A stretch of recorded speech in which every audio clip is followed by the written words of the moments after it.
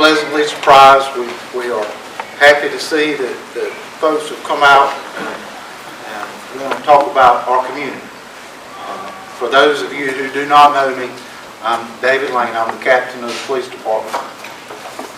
The chief of police has just recently had surgery about 2 weeks ago, so he is still at home. Or he told me today that he wanted to be here, but he just was not up to it. I have a few introductions, and we're going to just go through how we want to, because we feel like we have to have some sort of way to moderate the meeting. But here with me are all different types of police officers, and I'll start here at the end. This is Sergeant Ray McFadder. He works the road. This is Lieutenant Ryan Berry. He handles most of our daily patrol operations. We have Detective Jason Turner. We have Lieutenant Mark Rain. He works narcotics. We have Sergeant Monroe Herring. He is a detective also. We have Sharita McLeod. She's a lance corporal and she works the streets. We have Detective and Sergeant James Hayes. We have Sergeant Alan Turner, who also works narcotics. We have Sergeant Josh Casson, who works the street. We have Kim Carter, who is our victims advocate, and Sergeant Matt Townsend, who also works narcotics. Here with us we have the city manager, Glenn Wagner. Welcome, everyone. And Councilman Brad. And we have the police chief down in Lakeview came to show his support for us, and we appreciate that. I just want to go through a few things with you, and want to explain some things before we open it up to you. We want to hear from you. We want to know what's on your mind. We want to know how we can be a better police department. And the way we plan on moderating is everybody will have an opportunity to speak. Who wants to speak?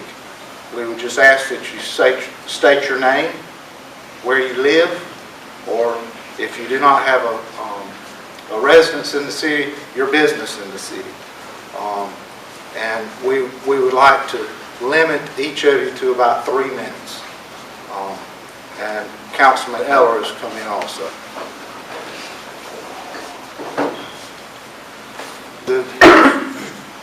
Also want to Detective Turner, he's going to come up and explain something to you that I feel is very important for you to understand.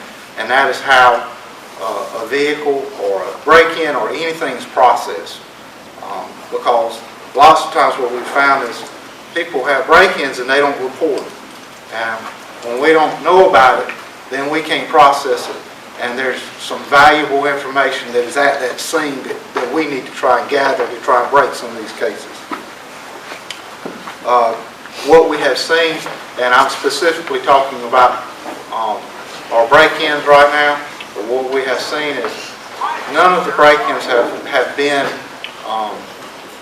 forced entry.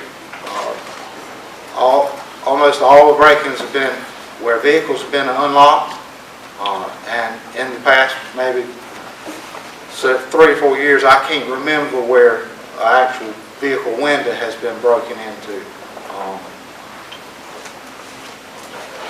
We would ask that first and foremost you lock your car doors. We have, on any given night, we normally have 4 police officers patrolling the entire city. And they're patrolling, and they're also going from call to call. So if you have 3 or 4 calls going on, and then, but now keep in mind there is times where there are no calls and they're just riding around town, seeing where they can see. Storage buildings, if you don't have a padlock on them, just recommend you put a padlock on your storage buildings. We've seen several storage buildings where people have gone in, and I think we may have had a couple that were some forced entry.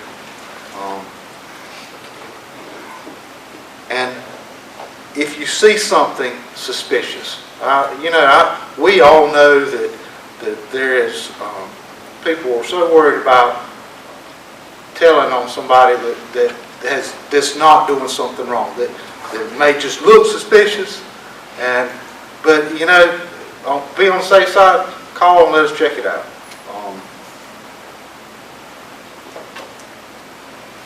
We have the rash of car break-ins, the first rash that we had, we arrested 4 individuals, and we have 1 more individual that we have not been able to catch.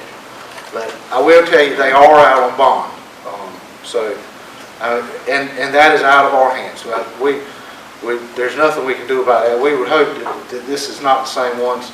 And then we had 2 more that we have arrested on something that was another set of break-ins.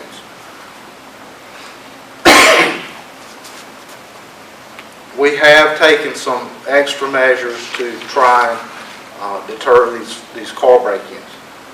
I've had several officers on numerous nights working on special assignment, trying to catch. And we have several of them have been. We've gotten some phone calls on them for suspicious activity, but it was actually our officers working in an undercover capacity. I think before we go any further, I'm going to ask Sergeant Turner to come up and just explain to you what this. It's not going to be a very long explanation, but just how important it is when you have a vehicle break-in or a shed break-in or any type of thing to call us immediately. Don't drive the car. Don't just let us gather that information. Sergeant Turner. My name is Jason Turner. I'm a detective with the City of Dillon Police Department. One of our capacities is processing crime scenes. We also follow up on evidence and information that we get from these crime scenes and information that we learn from the public. One of the biggest things that we want to talk about tonight is, and we're going to use a real life because you see on TV how it works, but let's talk about City of Dillon 2016. You go to bed tonight, you wake up in the morning, we are on a timeline. We have maximized our timeline to the point to where we get up, we can have our kids by school, we got to be at work by 3 minutes before the time we're supposed to be there. What happens is you get up in the morning and you're on your same timeline. It's go, go, go. You go to your car and you go to open your door, and that's fine. We can explain that in court. You open your door, you look in, and you see your glove compartment shrove.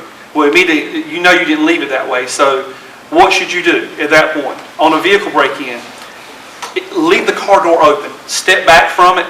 Call 911, let us come around. I know there's nothing pleasant about having to be late for work. You've got to call your boss. I know it's an inconvenience, but what we need for you to do is to leave the scene as intact as you possibly can. Cars are the easiest thing to mess up when it comes to crime scenes because we're limited on the scope of what we can process on a car. Now, I will say that there are chemicals that exist to process the inside of cars, but most of us none of us in here are millionaires where we can go buy new cars each week. We are going to mess your car up if we use those chemicals on the inside. That is why usually we defer to not process the inside of the car. The surface, the ridge surface on glove boxes and on center consoles are horrible for fingerprints, but it is not impossible. There and again, we may mess it up. We need you to not go through glove boxes. We need you to stay out of the center console. Let us look at it. We may see something that you don't see. We can explain in court when you open the car door and you recognize the vehicle break-in. We can explain that. What we can't explain is when we get to court, you've got in the car, you've driven to work, and it's lunchtime, and you figure you've seen on Facebook or the internet where 5 or 6 other cars are broken into, and then you call us.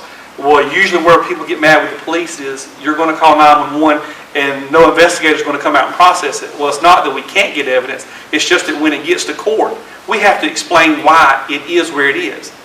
And the bad guy has already got a whole brand new, and I'm going to use Pizza Hut for example. Let's say you worked at Pizza Hut. You had to be there at 9 o'clock in the morning. You got up, you got to Pizza Hut. Well, what do you think the defendant's going to say when we finally get a fingerprint match? Oh, well, I ate at Pizza Hut the night before, and I may have put my hand on the car, so that's why my fingerprint is there. Whereas if we had processed the crime scene at your house, and we know the defendant's not supposed to be at your house, he doesn't have that excuse in court anymore. It makes the case stronger and the evidence better. So when you get up and you run across these vehicle break-ins, I know it's inconvenient. Nobody likes it. Nobody likes to have to be late for work, call the boss. Please, leave the door open, leave it intact, leave it exactly like it is so we can photograph it, we can collect any evidence on the inside. There may be blood, there may be fingerprints, there may be DNA. The more intact it is, the better evidence it is, and the better we can prosecute someone in court. Quickly on break-ins, if your house gets broken into, the biggest thing that we run into, the biggest problem we run into on house break-ins, and I know because I've never had my house broken into, but I have had my vehicle broken into at my house. So I will simply say, based on that experience, the biggest problem we run into on house break-ins, the homeowner, as the victim, wants to get inside. You want to see if your grandmama's ring that she left for you, 2 generations back, the family heirloom, the things that are important to you. But we ask you, if you will just please stay, when you get to the house, you open the front door, back door, side door, and you realize, wait a minute, the TV's not in its right place. Holy cow, the drawers are pulled out. I didn't leave the house like this. Back out. The bad guy may still be in the house. We don't know. Back out, call 911, let us come, let our officers come check it, let us secure it, we'll come process it, so we can collect the best evidence. DNA is very fragile, but with touch DNA, we only need about 25,000 white cells, skin cells, to get a touch DNA match. And if you know anything about touch DNA, that is very minimal. That is probably about 50,000 skin cells that I just left right there. So just to show you how minimal it is for touch DNA, it's just that important. Point of entry, don't mess with anything. Try not to pick things up inside of crime scenes. We've gotten to crime scenes before, and the victim, they walk up to us and they say, well, this was on the floor and they touched this. Well, we can't do anything with that because it's going to be contaminated or cross-contaminated. And although we may get bad guy's fingerprint off the item, you're going to have to be on stand in court and talk about why it was cross-contaminated. It makes for a bad case. We're trying to make the best case possible to give the best resources to the city of Dillon residents so that we can say that we've done everything that we can do for you to help protect you and to best prosecute the cases. Do you need me to go into any further detail? Or? Thank you. Thank you.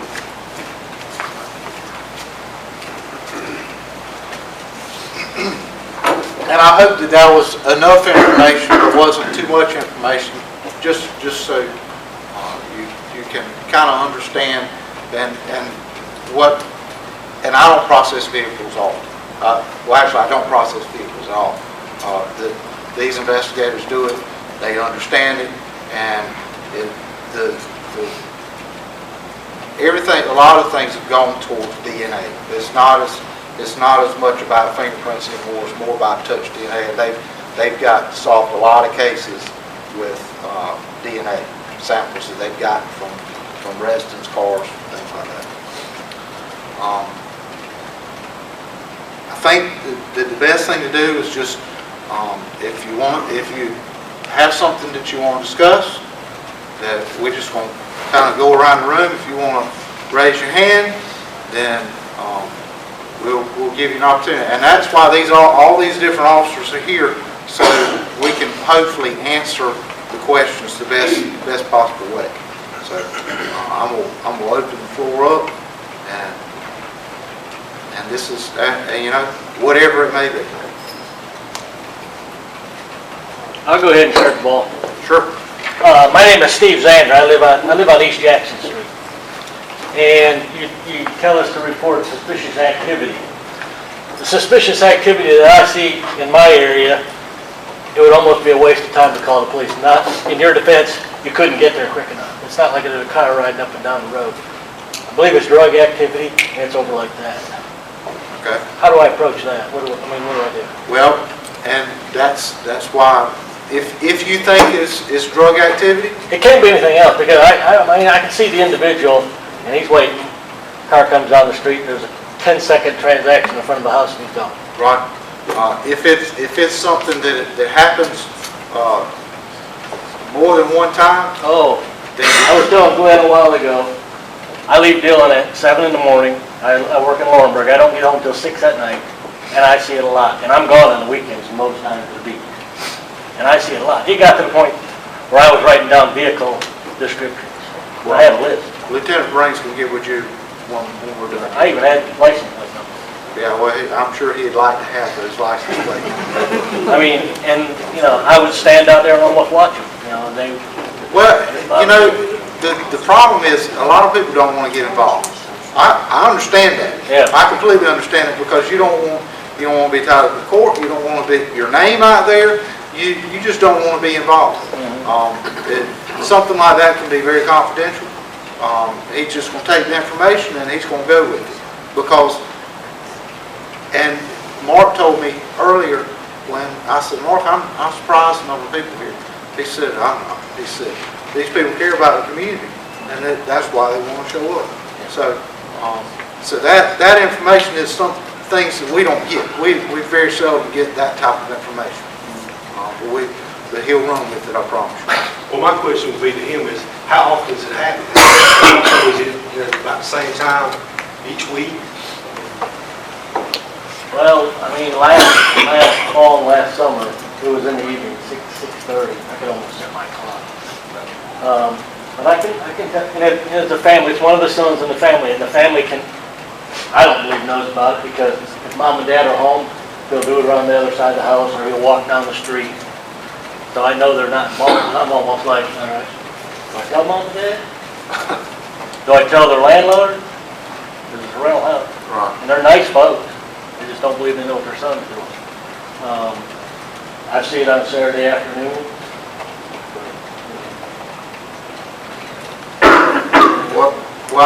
What we see in the law enforcement community is that 90% of the crime that we have revolves around drugs in some shape or form. It almost always can be tracked back to drugs. I mean, it's got to be. I mean, they might be exchanging baseball cards or something, but it's over in a second.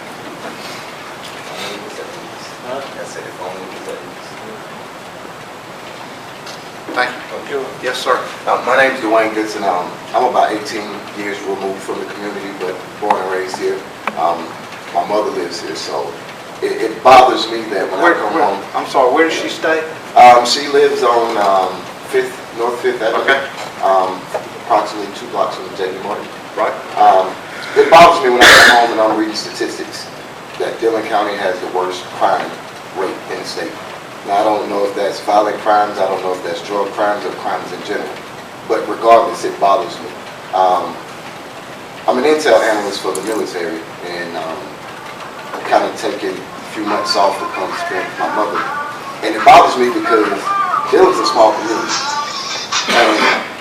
And I know this is only a small part of the community, the policemen in the community, but I grew up here, so I know most of the people. And it's hard for me to come back and say I don't know anybody.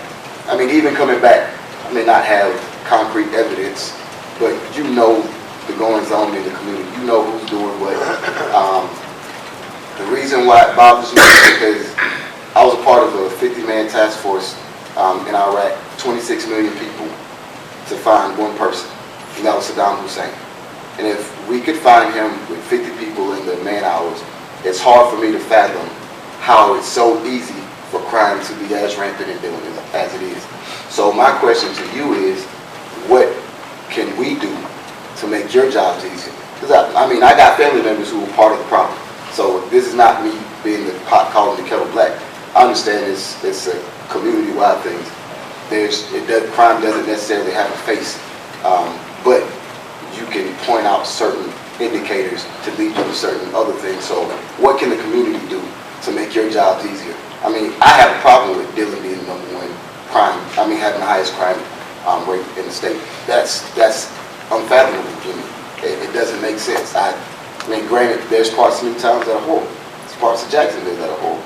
But at the same time, it's not the entire community. And I get, like you said, there's fear. There's fear of reprisals, there's I don't want to get involved, whatever the case is. But at the end of the day, it's an extremely solvable issue. So what's the disconnect between the police department and the community to make this go away? I know it's not an overnight thing. Sure. But what do you guys need? We need the community to be able to interact with us. we need them to come forward. You know, every case that these guys work, some of them are easy to solve, some of them never get solved, and some of them are hard to solve. And the hard ones that are solved are because people don't want to talk. People don't want to give you information. They don't want to say what's going on in the community. They don't want to get involved. And that's where the problem is. We've had several shootings, and the victims don't want to cooperate. They've been shot, and they say, well, I don't want to tell you who it was. I know who it is, but I don't want to tell you who it is. And that's the problem. That's one of the problems, and one of the major problems. Thank you. Yes, ma'am. I live on East Madison Street, straight over from Mr. Zander, and I agree that I used to didn't even know what my neighbors do, but now I do try to be aware. But I see a lot of people now that I'm aware. I work in my yard a lot, and they're kind of not really going anywhere. They're just kind of loitering down the street, and then in a few minutes you see somebody come by, and then they come by and come back by, and there's an exchange of something, and but I mean, you answered my question that I will call. I haven't called because I know you guys are out doing all kinds of things, and I hate to call every time, but I've just seen a lot of things that if you're not going somewhere, you're not coming from somewhere. I know it's not against the law to stand on the street, but it's certainly not appropriate just to stand out in the street and be doing nothing. But I too am very concerned because I see what happened in Stuart Heights. You know, it used to be the place to live. Now it's, and I see that slowly happening to our area. So I probably will call. You know, I go into work a lot at 6 o'clock in the mornings, and I see people that I don't look to no good. I have actually followed people down my street and down around by the lake because there's odd things going on, and you can't unjustly accuse people, but at the same time, you know they're up to no good. Yes, ma'am. But you answered my question. I'll probably call. Well, we hope you call. And you know, when you call, all it's going to do is get the officers in your community, in your neighborhood. So that is so you have solved one problem. If the officers were somewhere else, you've got them there. But I would encourage each and every one of you not to get involved. I would say following somebody would be dangerous. Well, I wouldn't approach anybody. Sure, I understand that, but I just, be a good witness, but don't get involved.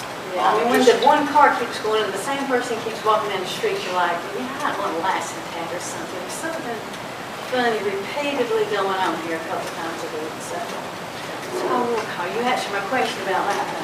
And I apologize to the sheriff. I didn't see it. I come in late, I'm sorry. But thank you for being here. I live in the city, and I'm really...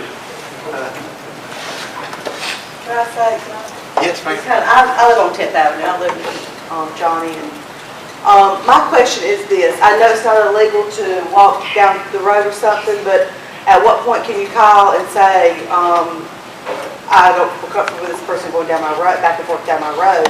I mean, if I call and they go, well, ma'am, they're not doing anything. I mean, will they say that, or will they say we'll have somebody come out? I watched a child walk through my neighborhood like this, going straight through. He was about 11 years old, going like this, as fast as he could walk and looking both ways, as fast as he could go. He'd come back 30 minutes later on a bicycle, as fast as he could. And so I knew what he was doing. He was looking to see what kids in our neighborhood had stuff out, but I felt like my hands were tied. Now, I think that's where everybody is, with that. Sure. My hands are tied, so I don't know what to do. Ma'am, do you have any proof? And I'm not saying any of that would be said, but I think opening those boundaries and understanding where you can draw the line and where you can call and where you can't call, or you should call, or if you feel like you call, they're sitting there on the other line rolling their eyes and going, So you don't want, I'm busy at work. I know everybody has other responsibilities and more important things maybe. So I don't know, we have talked about, we don't know where to draw that line or where to be proactive in that. Now, I would say that the majority, if you think somebody's doing something wrong, they probably are. Right. So I would just recommend a call. Okay. The 911 dispatcher is going to call, she's going to have to dispatch someone. They don't get to make the determination whether they send an officer out. Right. But if you don't want to be, if you want to remain anonymous, you can do that also. Well, and I will commend the city police department because I had an incident in December at my business.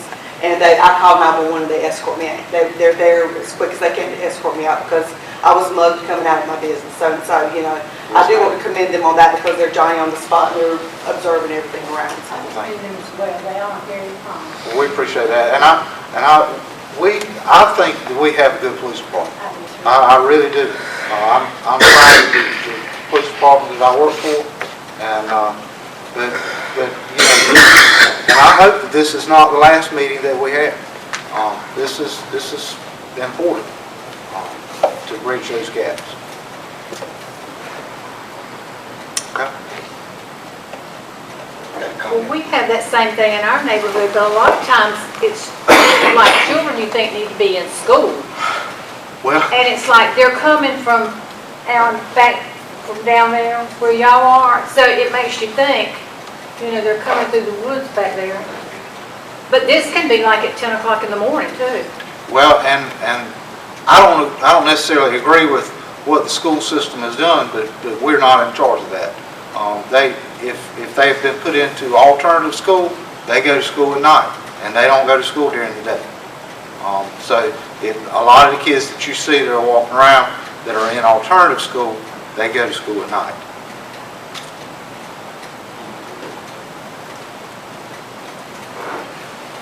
Chris Henderson, I stay on 10th and Madison, right around the corner for these, and in front of Johnny Elliott. The home invasion, and I believe you know which one I'm referring to. Yes, sir. When it comes to a home invasion like that, and they're out on bond in front of my house, or anybody's house, matter of fact, is there any way of the community being notified, especially the ones that's in the area of the... I'm going to have to get back with you on that. Because if it was a sex offender, we would be notified. If it is a sex offender, but... A criminal's a criminal. Well, and the problem is they have not been convicted. They are innocent until proven guilty, and they are out on bond, so they have not been to trial yet. And that's, you know, that's out of our hands. We don't get to. And I'm not trying to. I know where I am. You know, we would not have arrested them if we didn't think they were guilty. Right. And everybody that worked on that case, they know that they're guilty, and they know that they're the ones that did it. But as far as court's concerned, until they have been proven guilty, they are innocent. It just kind of makes us as neighbors knowing that real uneasy. I'm sure. Very uneasy. Especially with children. Especially with children. I mean, we're even scared to let our kids out like we did at one time because of that. And I wish I had a solution for that. I know your hands are tied. But it's something we can try and work on. How about more patrol? Sure. We'll do the best we can. I can promise you that. But here again, there's 4 officers, right, and we've got the entire city to patrol and answer calls. We will do the best we can.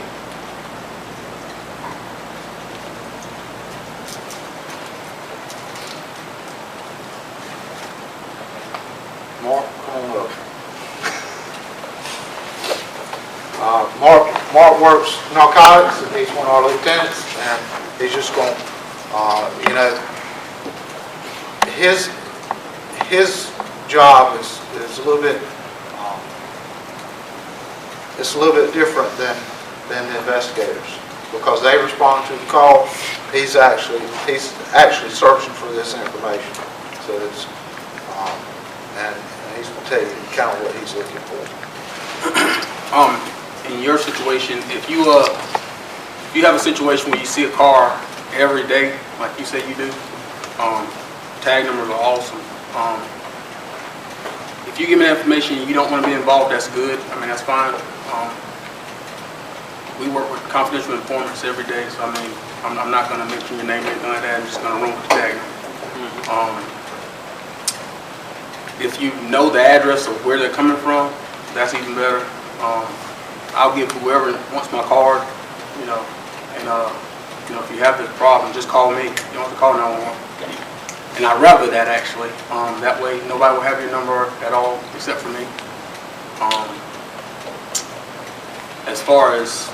You said know the address of where they're coming from. Yeah. You mean the car? No. You said that you stay on Jackson Street, the car... Yeah. Yeah, you said the car actually parks in front of a house on Jackson Street? Well, it stops in the road briefly. Well, if it's a house on Jackson Street, that's why I was thinking I might know exactly what you're talking about. And odds are we'll probably already charge him, to be honest. If it's who I'm thinking it is, we've actually arrested him and he's actually been to prison twice. And I think we may have got him with like 15 pounds in the past. But like Captain said, that's out of our hands. Let me tell you about an incident, and it was kind of curious to me, but I never heard back. The night of the national championship football game, I stayed up late to watch that. And I even stayed up to watch the post-game show. And it's like, now it's like 1 o'clock in the morning. Right. And I'm going to bed, and I see red lights, tail lights outside the window. So I look across the street at the house that I'm talking about. There's a sheriff deputy car sitting there, and there's 2 sheriff deputies sitting down the street in the middle of the road. Was it a roadblock somewhere around? No. The night of the national championship. So that would be what, January 8th? And that was at like 1 o'clock in the morning. Whatever, yeah, whatever.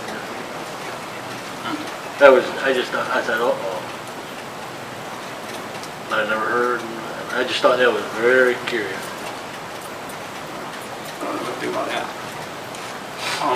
But, you know, like I said, I'll give you my card. Whatever information you got, I'll take it. And I'd rather, like I said, I'd rather you call me directly instead of calling 911 to keep you completely out of it. Whatever information you got, I mean, it's good information. Shouldn't hesitate to call at all. As far as your incident, I mean, I think if you see the same guys that you know were involved in that, I think you should call 911 and just tell them, you know, they're in your neighborhood, you know, especially if they're walking by your house or whatnot, because those guys are just...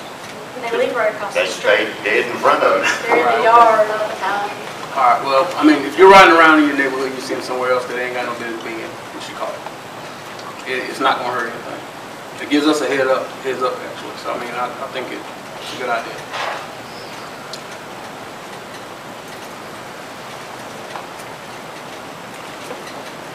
Any more questions?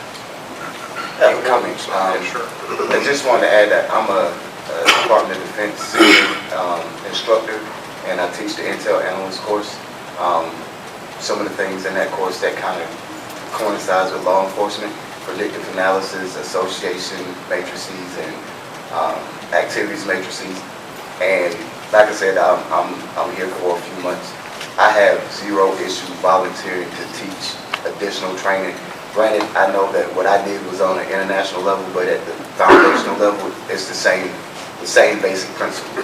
I know you guys would have to apply local laws and state laws to whatever is taught, but anything I can do to make it. I mean, I remember being a kid, I could walk through any part of town and it was no issue. There was no Bloods, no Crips or whatever. That was non-existent. I mean, the worst thing that you would see is a fight here and there, but it was almost never somebody shooting. I heard when I first got here, it was like 3 shootings in the same week. Those type things bother me. And as far as like the community, some of the things that we do, that some of the questions that we always got from local nationals downrange, I wouldn't mind holding workshops or whatever. You can schedule them, I can talk to you offline or whatever the case is, to help them be more aware and possibly gather information that they don't even know that's pertinent information to whatever case that might come up in the future. Thank you.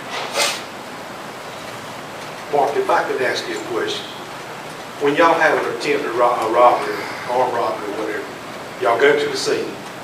Y'all get all the information you need, all the evidence you need and everything. You go to the solicitor's office, and you're ready to go forward with your case. Do you let the solicitor's office know that you're ready to go forward with your case, or did they dictate to y'all on when you can go forward with your case? And is it drawn out a year, 18 months? How does that protocol work? They make that determination. They make that If it is a high court case, the solicitor's office calls the cases when they're ready for it to go to trial. So basically what you're saying is, if we have something happen tonight, we're not gonna have that case heard probably for 18 months? 12 months? Possibly. It depends on certain circumstances, whether there's a confession, whether there's, I'm sure that a solicitor's going to want to prosecute a stronger case than he will a weaker case. They don't want to lose. We don't want to lose. But some cases are just stronger than others. All cases are not open and shut. Sometimes we have to go with what we got. So you're saying that y'all don't drop the charges on these, the solicitor's office, y'all file a charge. Terry Powers, Lenny Court, 11 years working with the guys, so I know exactly what they're talking about. They bust their tail day in and day out to make a case. It gets turned over to the solicitor's office, and a lot of times it's just as good as that trash in that trash can right there. They bust their tails day in and day out. It just gets swept under the rug. But Terry, So a lot of how do we what- avoid it, Terry? Huh? What's the That's end a amount? How do we question, avoid it? that's a question that the solicitor's office needs to be asked. I mean, I understand exactly what you're saying. Some cases are easier to prosecute than others. But when murder trials are getting thrown out by the dozen, which happened several years ago, there's an issue somewhere.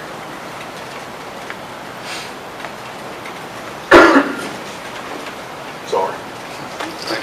And if they become repeat offenders, with similar stuff, at what point do they get off the street? They continue to stay on the street for the... Well, unfortunately, we don't have a hand in that. We don't Okay. get to make those calls. Okay. It's disheartening sometimes because the officers work real hard on cases. They work months on cases sometimes, and we don't get to make those decisions. The judge makes the decision what happens to the case. And, sometimes it's not to our likings, but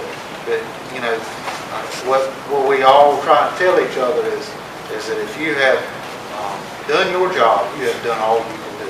So, and that's what we're trying to do. I do think on a positive note, if we're all reporting what we see odd, and it's what, 4 or 5 people in the neighborhood are saying that, I do think we share the same information that should help some to say there is something There's no going on. question. And I think more people saying that would certainly help us. Lieutenant Barry? Y'all know I ain't no public speaker. I'm Lieutenant Ryan Berry. I handle the training for the police department. The day-to-day operations, I work Monday through Friday. I'm usually in the office most of that time. We reach at the police department, 774-0051, extension 1011. Any kind of assignment comes through and I have to line the guys up for the assignment, it goes through me and I get the guys to work. I handle the training through the Criminal Justice Academy. I send all the paperwork for the training. And anything the captain doesn't want to do. That's all I have. Anybody got any questions for me? I got another question. Like the home invasion we just had, is there set guidelines that a judge has where he can revoke a bond? I mean, let's say they got a clear record, but a home invasion is a real serious crime. When you go in with a gun and you attempt to kill somebody, I mean, take me through the process. Let me know, okay, if he's got a clean record, he's pretty much going to get a bond. Well, they entitled to a bond hearing. They entitled to a bond hearing. Entitled to a bond And hearing. actually, my understanding is they're entitled to a bond. They're entitled to a bond. Well, the determination is how much the bond is. That's what the judge factors in those things that you said. He determines how high the bond is based on those factors. But also remember in cases like that, one city has no involvement other than gathering evidence. That judge is a circuit court judge, and they're appointed by General Assembly, if I'm not mistaken. But being what y'all seen over your years in police work, do most judges in the circuit court bench set a bond for home invasions? I know a murder, they don't, pretty much. But home invasion, when you go in someone's house and you attempt to kill him, attempt to murder, whatever you want to call it, do they pretty much set a bond every time that they got a clean record, or they've only, I mean, how long they let them sit in jail before they set a bond? Or they set a bond within 30 days? How does it work? On a high court case, they have a little bit more leeway. They can sit in jail a little bit longer. If it's not a high court case, they're supposed to have a bond hearing within 24 hours. But on those high court cases, you have to find a circuit court judge on the bench in order to get the offender to him. But most of the time, he's going to get a bond unless there's guidelines that they follow to make that determination. And one of them is whether they are a flight risk. And somebody who has lived in Dillon all their life and they don't have any ties to anywhere else, they're obviously not a flight risk. And if there is no immediate danger to the community, that will be another factor to make a determination of whether they did not get a bond. So that's, and someone who has, if this was his first time ever being charged with anything, then they're going to say that odds are more likely that it is not a danger to the community. And that's what we're having a hard time grasping is, situation just happened, I know it's out of your control, but somebody who does a heinous crime like this, they get a bond, they come back in our neighborhood, and we're on pins and needles, we're held hostage because we can't let our kids go out, and we don't know what to do. So that's why I was asking what makes the protocol. To kind of piggyback or maybe help give him some resolution, is it possible for there to be some type of restraining order for the perpetrator when it comes to the victim? Like, for instance, the gentleman over here who lives across the street from somebody who did a home invasion. Yes, there is for the victim, but unfortunately, these people are not the victims in that particular case.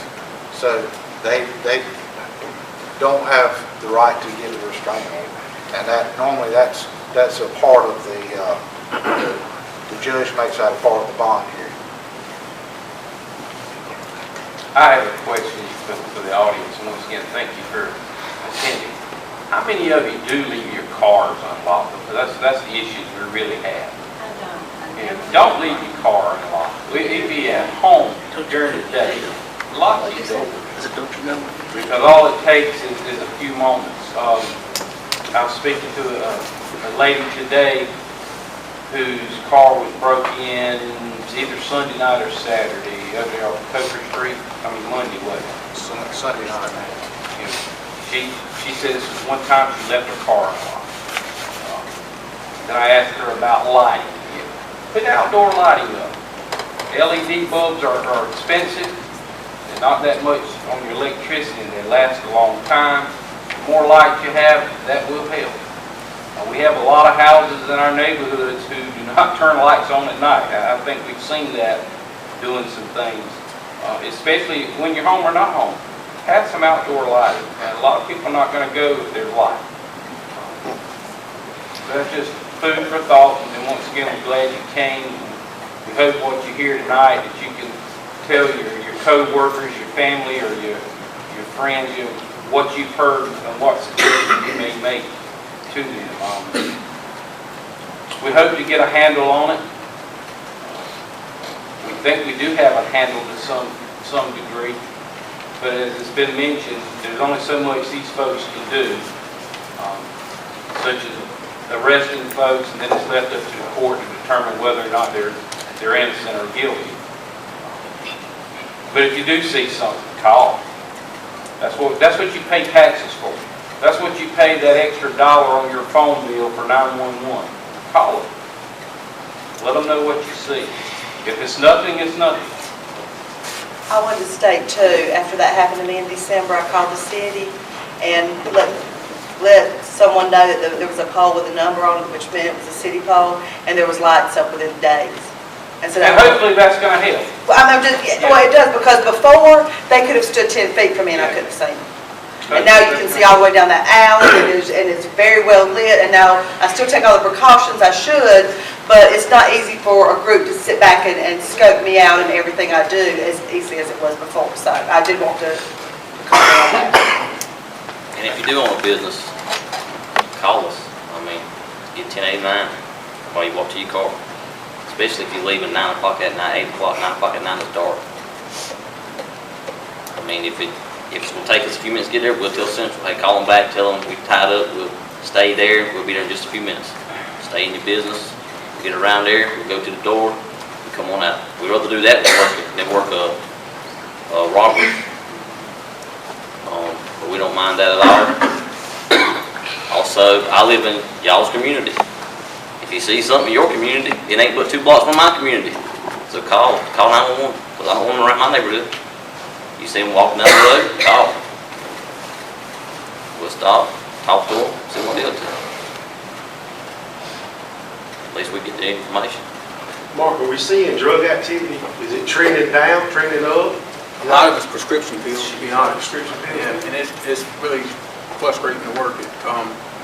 Some of them that's got prescriptions from the doctors, they don't really need them, so they just pretty much just sell them. And they ride around, with their prescription bottles, and just pretty much just hand them out. And if I catch them with that, unless I catch them or get a buy off of them, I can't really do anything. It's kind of frustrating to work, but been trying. We work with DHEC a lot, so that kind of helps.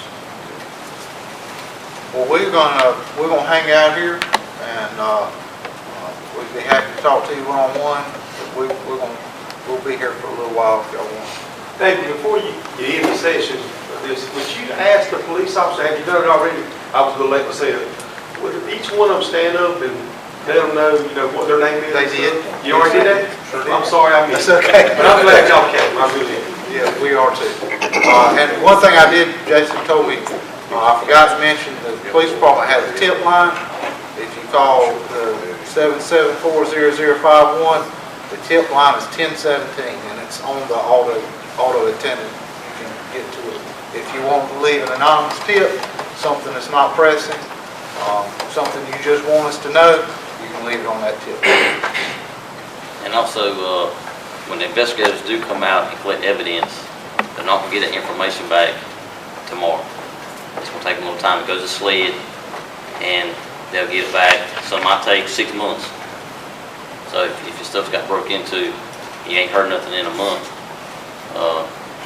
they might not have anything. But if they do, you might take a little longer to get the information back.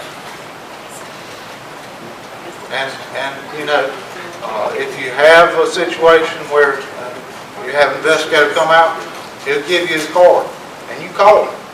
His phone belongs to the police department, and you call him.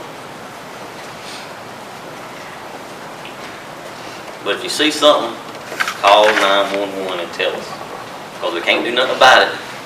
Somebody said, well, I seen it on Facebook, put it on Facebook the other day, but they don't call 911. I mean, we might not get on Facebook and look at it. We might not be friends with you on Facebook. So call 911 and tell them. And stay on the line with them. If there's something happening right there, stay on the line with 911. Give us all the information so we en route. It will take us just a few minutes to get there. It's a blue car with 3 males in it. I mean, all the information that we can get, what they're doing. Just don't. Hey, there's a suspicious vehicle on Madison Street. I ain't phone up. Stay on the line. Even if the people at 911 want to hang up, say, well, I'm going to give you some more information. I'm still watching it. Because I ain't saying this to people that's calling. It might be the workers at 911 ready to get you off the phone. I don't know. I don't work at 911. But just stay on the phone, give them as much information as possible. And so we can get there. And on the way, we can be looking for the vehicle if they do leave. Or if the person does leave. what they're wearing, what they look like. All the information that you can give us, that will help us out on the way to the scene. Now, if y'all get anything back, like you said, arrested some guys and car break-ins, do y'all call the people to let them know? Because mine was broken into over a year ago, and I never heard anything out of it. They were not able to solve that case. But y'all would call if my person was in that room, I would be notified. It's almost like, David, the people, like the solicitor and all, I'm surprised that a guy with the home invasion is just turned loose for 24 hours. If that information was made public, it would kind of put some pressure on the solicitor, more people would be aware of stuff like that. They would say, okay, you kick in a door with a shotgun, rob people, and a good chance you'll be out in a couple of days. It would make him in an uncomfortable spot, perhaps. I'm sure it would, and but there again, we don't want to put all the blame on the solicitor's office either. Right. I mean, they've got a large docket, and they're trying to do the best they can. We don't always agree with what they do, but I think their intentions are good most of the time. I agree, but if the goal is to reduce crime, I think that would help. Yes, sir. If you don't let the guy back out, then that's gonna break him out of habit. Well, I do applaud the Dillon Herald that in this case in our neighborhood, they did have this on the front page. We knew who to look for, and we knew who, that helped me. It made me happy at least to know what I was to be aware of just a few blocks from me. And I know they can't always do that for reasons I don't know. Well, the Dillon Herald's good to us. They have always been good to the city police department. Thank you all. Thank y'all. Appreciate it.